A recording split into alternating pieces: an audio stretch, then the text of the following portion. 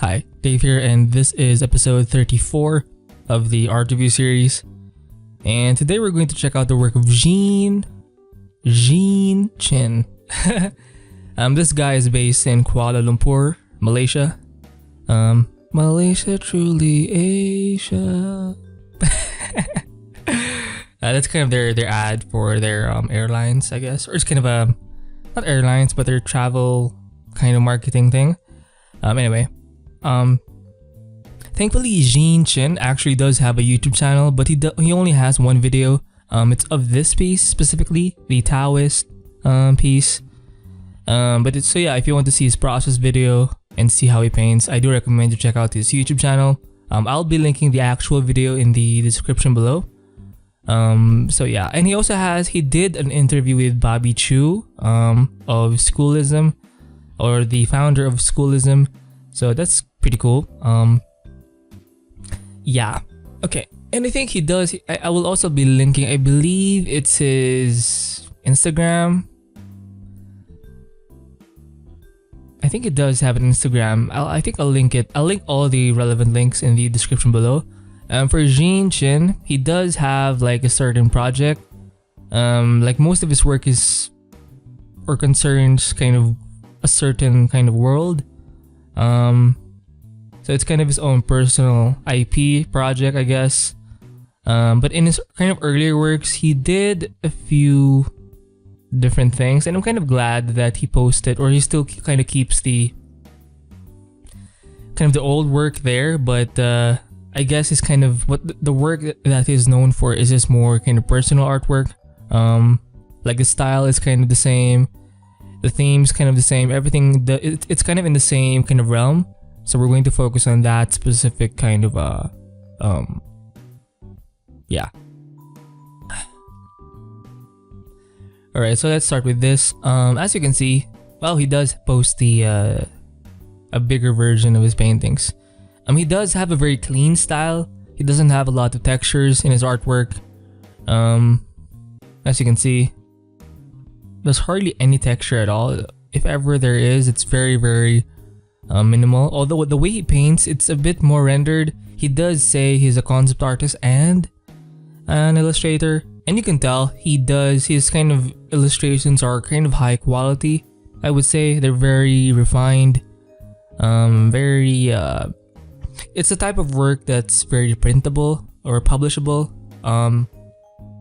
And he does like adding these sorts of characters, and his expressions are kind of very high quality, you know. It makes sense. And he does add a lot of storytelling in his works. And his rendering, even with this piece, or again in most of his pieces, he doesn't have a lot of texture. It's very kind of gouache in a way. His kind of illustration style, and again very kind of clean, very refined. He doesn't leave it. He's not a very impressionistic painter. He's a very refined kind of illustrator, I'd say. And again, he does, I think these are kind of demons or something. I don't know. I think this is based off I'm not sure if it's Korean or Japanese, the kind of the mask thing. I'm not sure where it's from, really. I do like the way he paints the faces, and especially the hands. Like, they look very realistic. The face is obviously very stylized in most of his pieces. But the way he renders, it leans more towards realism. So that's pretty cool. And he does his end kind of illustrations look very kind of dynamic. Now, thankfully, he didn't add like the nipples here, so it's kind of safe, I guess. But again, he does like adding these sorts of figures. They're kind of childlike things, I guess. And again, look at the way he paints the hands. I love the way he paints like the different forms, say in the palm, right? And his work does have not always, but he does like to add all sorts of hues in his work. I guess it makes sense, of course. The topic wise, or the subject is kind of meant to be colored, right? In the recent thing we saw, this one doesn't have a lot of hue variety. A lot of reds and purples, but that's pretty much it. Everything else is kind of neutral gray. So yeah, this one does have a lot of hue variety. I think Ruan Gia, or any one of those like Chinese top artists. They're generally into the whole hue variety stuff, and which I'm a fan of, definitely. And again, he's very creative with adding all sorts of forms. And look at the way he rendered this thing. You can tell it's kind of it's metal, but it's kind of not rusted, but it's kind of natural. I'm not sure if that's a word, but natural metal, where it's not like it's a type of thing a blacksmith would do, you know? Like, it's not made from a factory or machine, you know? So it does have that very classic traditional metal look. So that's pretty cool. Moving on. Oh, this is, you know what, I should probably save. I'm going to save a few of these for references, obviously. And again, look at the figures. Love the expressions. Some are happy, some are sad, some are angry, some are playful, some are snobby, right? And look at that palm right here. Very, very interesting. Oh, and the face reminds me that it's very similar to the style of Wei. Shit, I can't remember the guy's name. Wei Bang. Maybe you've seen that artist on YouTube. He does have a lot of YouTube process videos. He's kind of a classic digital painting artist in the YouTube world. Wei Bang. Can't remember. Again, I love the ways this Zeen Chin guy paints. Very fine. Not very kind of. He doesn't use a lot of mixer brush, I think. Maybe here a bit, but it's mostly kind of contained. Very opaque kind of style. You don't see a lot of opacity in his work. It's not opaque like Derek Zabrocki. Very big, bold strokes. You know, like very dynamic. Excuse me. Maybe the composition is dynamic, but the way Zeen paints, it's a bit more contained. Very kind of. It's more on the refined side. And yeah, I like the way he painted this kind of. It's a kind of mannequin, right? Very cool stuff. So I think she's bathing in milk or something, and I love how he represented the kind of spirits. I think these are kind of spirits or something, kind of emanating or being shown via the kind of milk or any other kind of white thing. Ooh. And again, look at the composition. It's so interesting. There's like a lot of things going on. And I think the guy does plan out. You can see actually he does post some of his line sketches in some of his ArtStation posts. So that's very helpful. Oh, look at... Oh.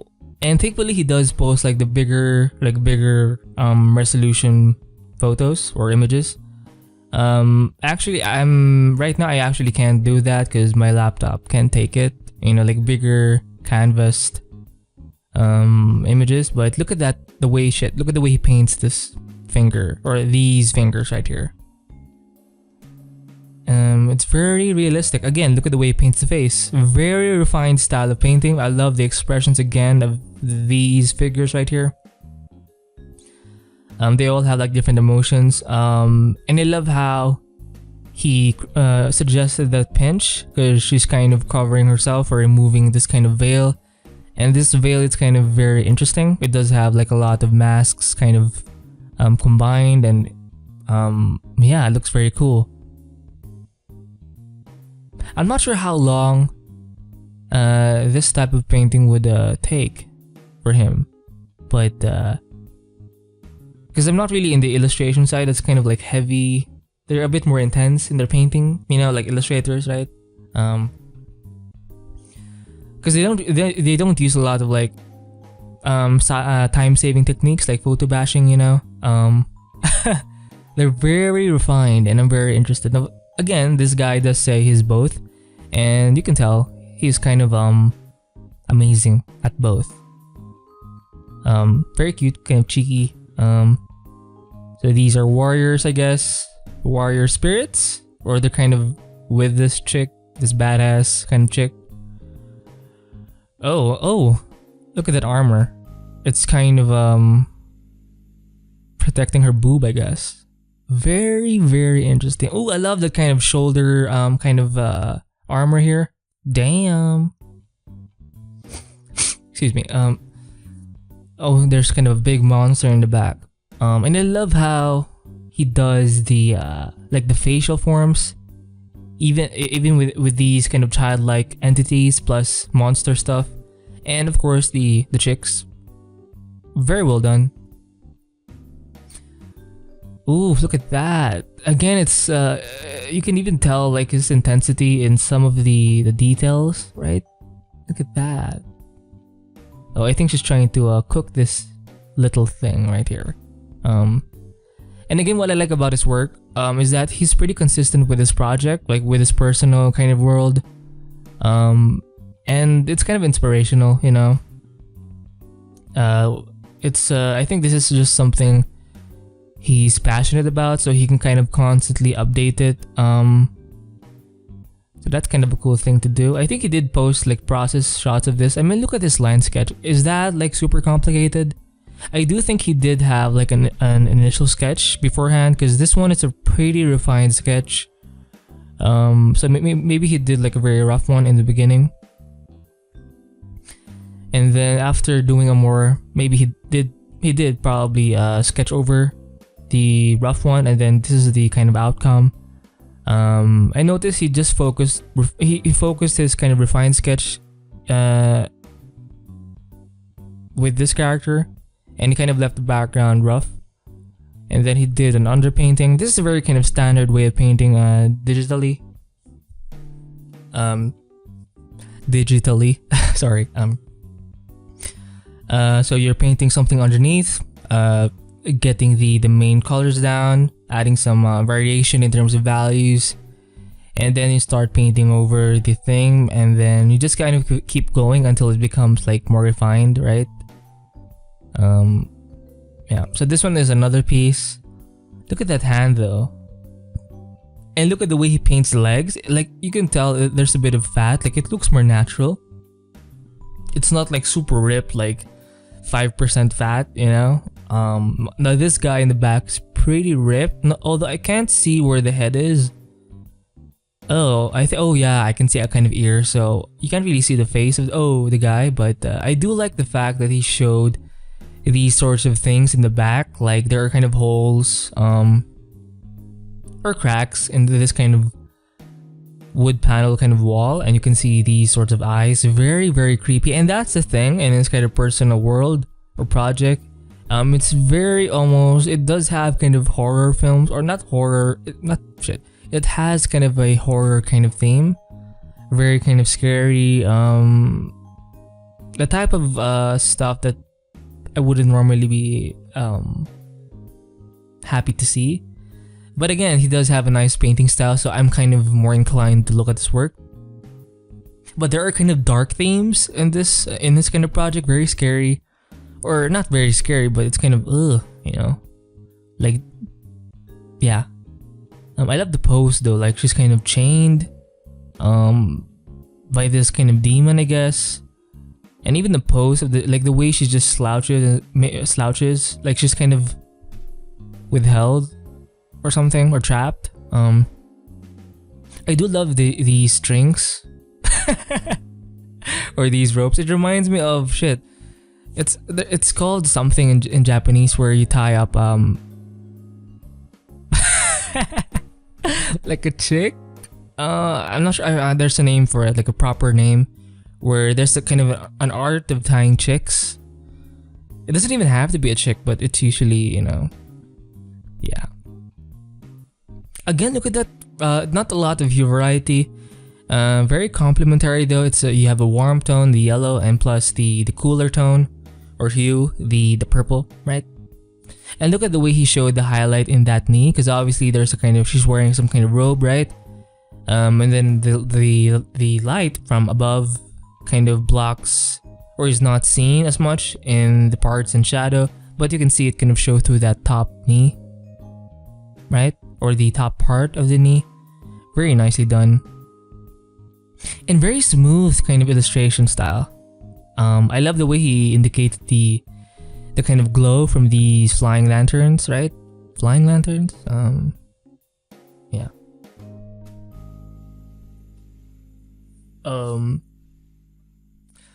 I think he did show a few process shots of this. So this chick is actually floating, so that's pretty cool. And again, look at those hands, look at the face, like lots of storytelling going on. What's so cool about this? Well, again, check out the details that he paints. Usually, if I would do something like this, I would just focus on the character or something, or maybe like 10% or 20% of the character, instead of like kind of rendering the whole thing. But obviously, he's an illustrator, so he's going to he's going to be a bit more compelled to refine other areas, right? And look at this sketch. It's very simple. Well, not very simple, but it's not like super refined. It's kind of enough, to kind of help guide the painting, right?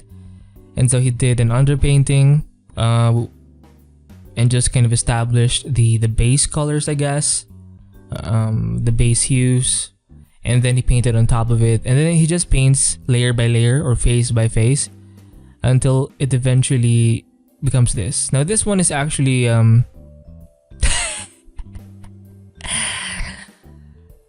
there's obviously some kind of theme here. Now you obviously need to be, I don't know, exposed to certain content to be able to understand what's happening right now. He does say that these are, at least in the title of this thing, I think it's called the steam milk something. And I actually do like stuff like this. I mean, who wouldn't, I do like the fact that he added this kind of illustration style with some line work. It's obviously very kind of sensual, I guess. And these kinds of mechanical things, I mean, you can tell what these things are or what these things are based off of. And they even have eyes, so that's pretty fucking weird. And look at, I don't know what's, like, is something being pushed into her or is she kind of giving things out? I can't tell. But I do love the kind of the expressions of the bunnies. This one actually does have balls in it, so that's pretty weird. Or cool. I'm obviously going to save this for my studies for references, right? I mean, fuck me, look at that. I mean, once in a while I do want to do a piece like this, kind of like Kim Jung-gi. He does like a lot. I actually kind of started drawing during my college years, drawing more erotic stuff just because I felt like I had permission, because it was kind of taboo, or it's still kind of taboo in some kind of in some places, right? But I think I was inspired by the work of Kim Jung-gi, and I did paint like a lot of interestingly posed figures. So I need to get back to that because I do want to have fun with my paintings and not always do like, creatures and stuff like that. I want to have fun, and this is a very fun piece for me. So let's move on. Okay. Again, look at that sketch. I mean, he probably did a rough pencil sketch beforehand, and then this is a more refined version. Even the way he indicates the folds, it's not super detailed, but yeah.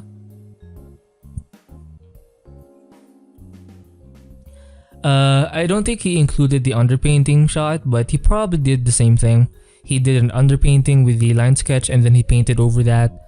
And then he repeated that until it became this more refined version right here. So this one doesn't have a lot of hue variety, but it's still pretty cool because the red is obviously like the main hue. I love the way he paints the folds and the forms of the face. Not just of this chick, but of like this kind of mask thing. And look at these kind of teeth. Very refined. Again, he is an illustrator, right? Oh, some texture with the kind of smoke stuff, but that's pretty much it. And I love how he painted the kind of chipping of the wood, right? Because this mask is kind of made of wood, I guess. and he painted the texture, you know? He could have used like a photo texture, or he could have used kind of a brush that has a bit more kind of a woody texture, but he decided, or he just goes for he just paints the thing, so that's pretty cool.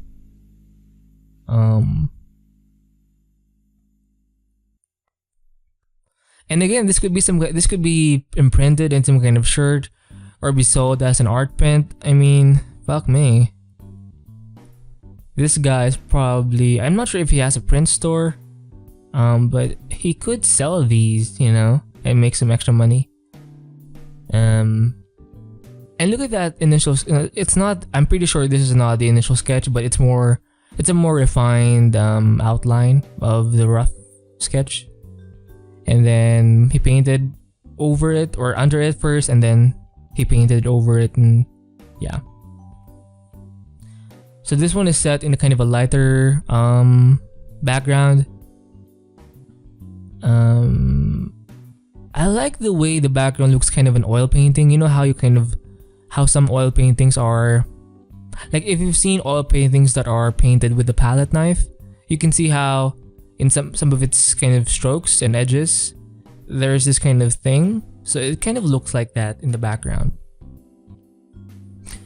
But obviously he did this digitally, so I'm not sure. Yeah, he painted it. Like he made it look like a palette painting or palette knife painting. Fuck me. And I love those like glows that he adds. It's very common. Check out the channel China Digital Painting. It's very common to kind of add these sort of accents, the kind of glowing stuff. It just makes it look more magical, I guess. Ooh. Again, very refined painting. Not a lot of textures. Very simple hues. You've got some blues, some reds, and then everything else is kind of grayscale. Oh, look at the way he illustrated the kind of the woodiness, the wood-likeness of this kind of mannequin behind her. And again, look at the whole piece. It's kind of eerie, very scary. I don't like it. I'm just not always. I'm not comfortable. For example, this is starting to remind me of The Grudge, and I'm just not a fan of films like that.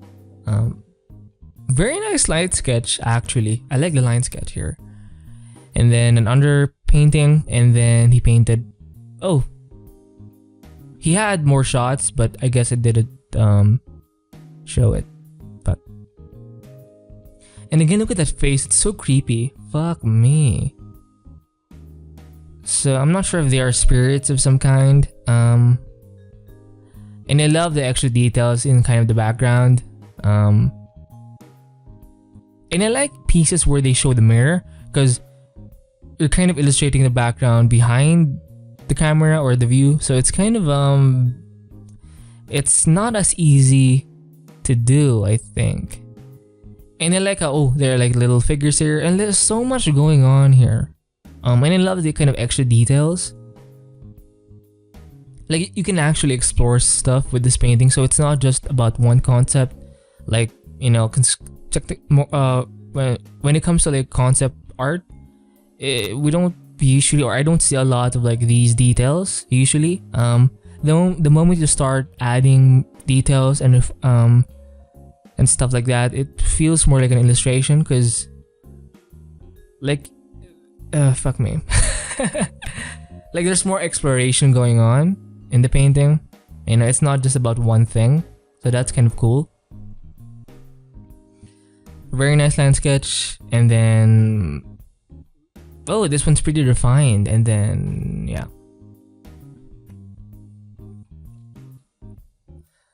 So I'm loving the kind of mask design here, or the kind of headdress. Very cool stuff. So this thing is actually a mannequin, right? You can tell with the arms. And look at the forms of this face, and the forms of this mask, headdress face, and of course the face of this chick.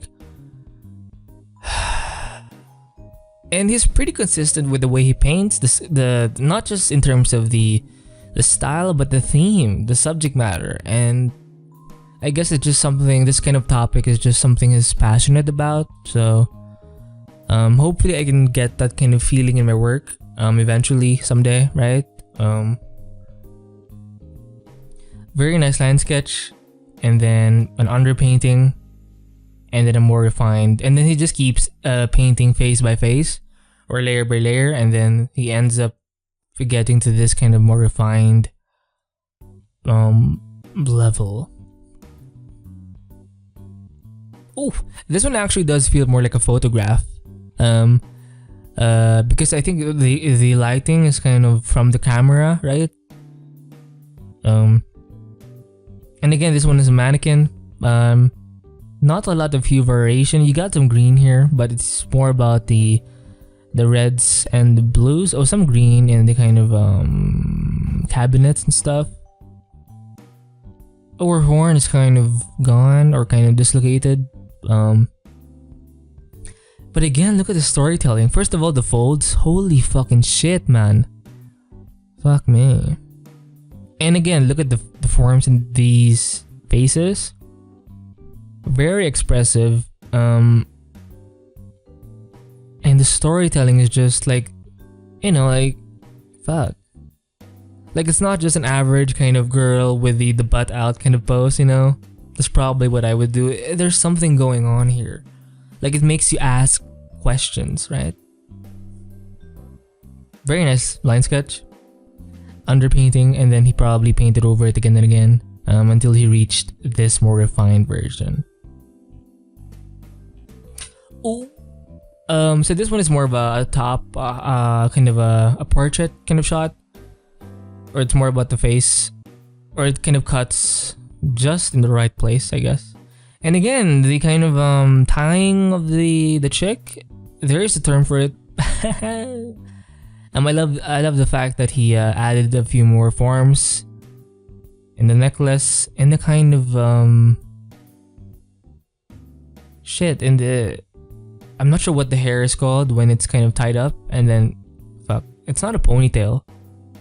I think it only refers to kind of the back hair when it's tied. That's a big fucking hole for the ear. And there's kind of, it's a mix of kind of abstract, maybe that's not the word, it's very surreal, I don't know if that's the word. It's very conceptual. I think that's a better word, conceptual. Not concept art, but it's conceptual, right?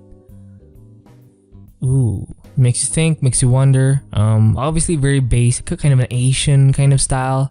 Japanese, I guess. The kind of the flat print style in Japan. In the background there. So that's pretty cool. Pretty cool. Oh, and again, reds and blues. Very common in his work, the reds and the blues. And I think it helps to tie all of his pieces together. So that's kind of nice, right? Line sketch. And then underpainting. And then he just kind of keeps painting over the line sketch with the underpainting. And then he just keeps doing that until it reaches this more refined version, right? Oh, look at those forms in the leg when it's kind of folded. And again, he did add the kind of rope thing. Very nice. Very, very nice. Ooh, very dark themes. And again, there is some kind of eerie darkness in his work.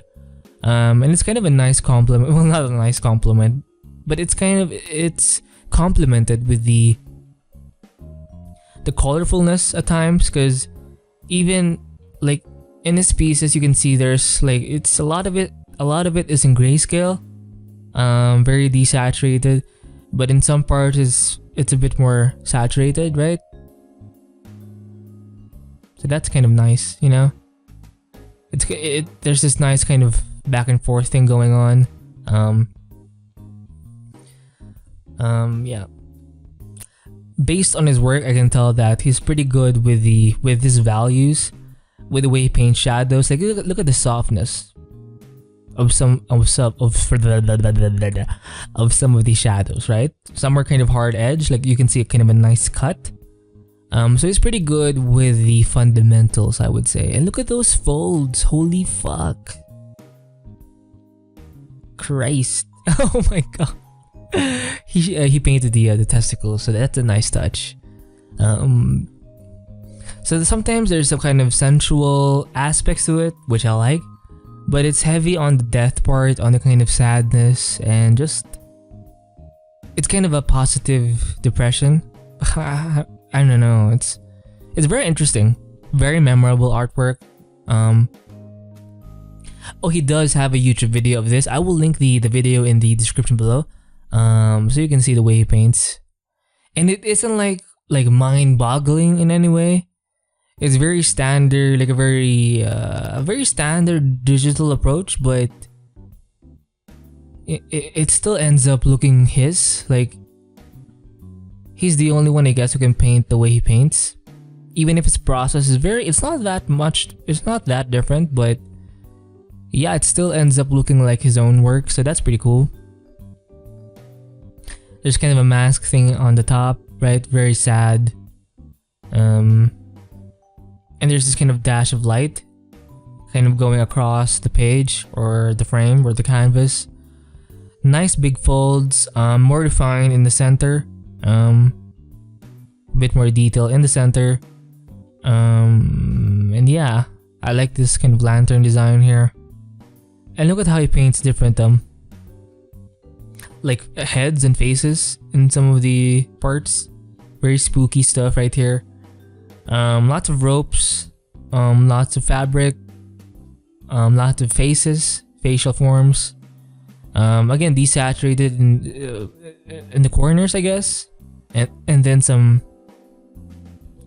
more saturated parts, especially in the areas of focus. And again, very simplified hues, not a lot of hue variation here.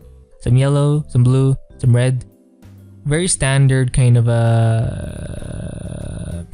I don't know, primary colors, I guess. Yellow, red, and blue. But it's very memorable. He keeps repeating kind of the same color schemes. A lot of red. I think that's the most common thing in his work, the reds. Second would probably be the blues. And then some extra other colors. So yeah, that's the last piece we're going to take a look at and showcase for this episode of the art review series. Hopefully you enjoyed this episode of the art review series. I do recommend you follow him on ArtStation. I think he does have like 96,000 followers. He's kind of at the brink of reaching 97,000, so help him out. Help him reach like 100,000 followers on ArtStation. Check him out on Instagram. Follow him on YouTube, because hopefully, I think eventually he will post like a process video. For now he only has like one, but eventually I'm pretty sure he'll be willing to post a few more time-lapse videos. So yeah, keep painting and stay free.